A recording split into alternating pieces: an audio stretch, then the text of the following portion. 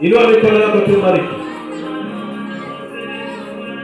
Mafuta mabichi kwa kazi uliifanya ya ujenzi, akutia baraka za kuongezeka na kuzidishwa.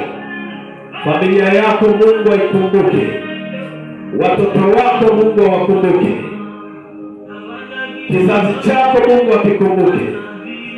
Umeweka jambo kubwa juu ya madhabahu, kama Bwana alishivyo akasema juu ya Hagari, pandeni milimani mkajenge nyumba ya Bwana, kalete miti na mjenge nyumba ya Bwana. Sadaka hiyo ujenzi inakumbukwa katika falme na falme za ufalme wa mbinguni. Hakuna aliyejenga akabaki hivyo. Dorkasi alikumbukwa katika vizazi vingi. Alikuwa mama wa familia, mama wa maombi.